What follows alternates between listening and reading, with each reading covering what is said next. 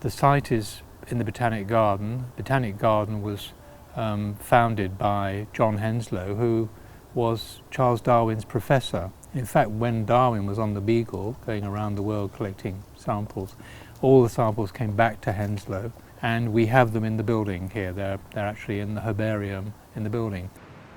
The site is on the edge of the centre of Cambridge, so the north side, the side away from us here, faces into the city of Cambridge, so streets, houses and so on and so forth.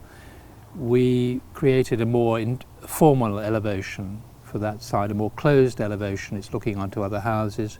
We have stone blades which create some kind of privacy between our building and the houses.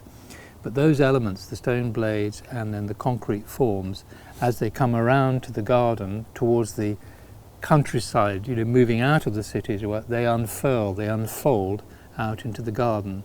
And this side of the building is pretty much the opposite. It opens out and is very porous, very transparent, and very visually open to the public. Though of course it's it's an institution where research is going on, so the public are not admitted.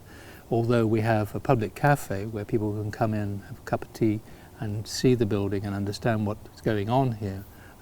But it presents itself as a very open and public architecture.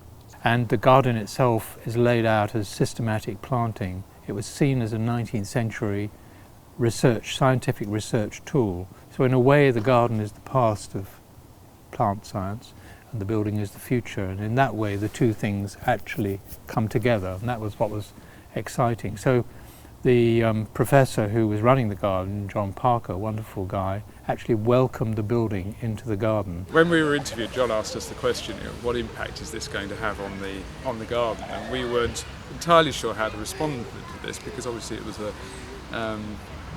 it's a big issue introducing a major building of this kind in such a sensitive location. But actually he was looking for a building which did have an impact, but a positive impact on the garden, and was very much about underlining the scientific remit of the work that was going on here. By and large, laboratories have been considered a very much a second-class kind of citizen from a building point of view. This is mainly because everyone knows scientists will put up. If they can have the equipment, they will put up with incredibly bad conditions, and people have taken advantage of this.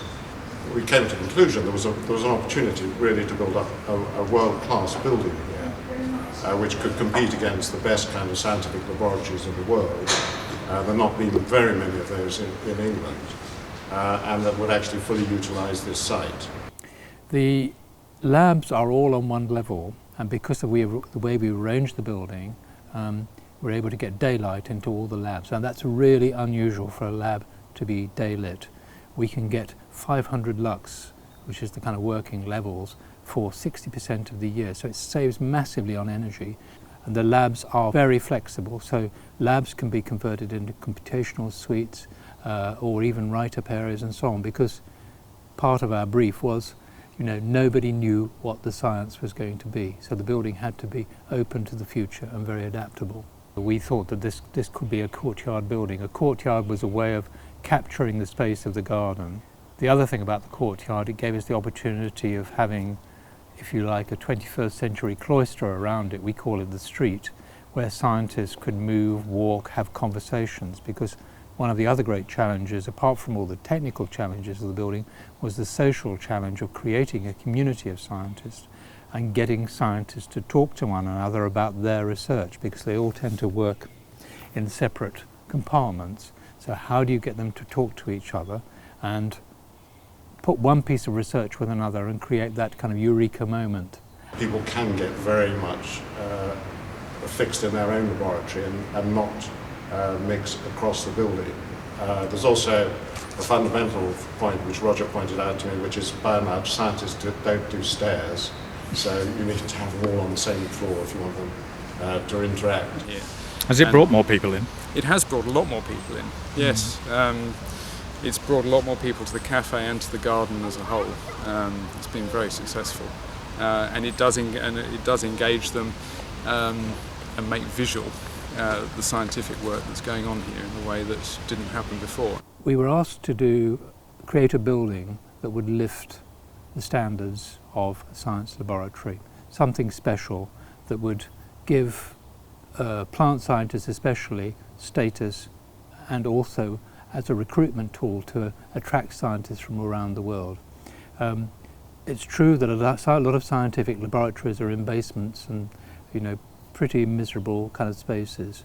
We had, I think, an enlightened client who wanted to change all that, a major shift in the perception of laboratories and the actuality of laboratories to create something new and different and improve it. And so it was an opportunity for architecture to lift the scientific laboratory game.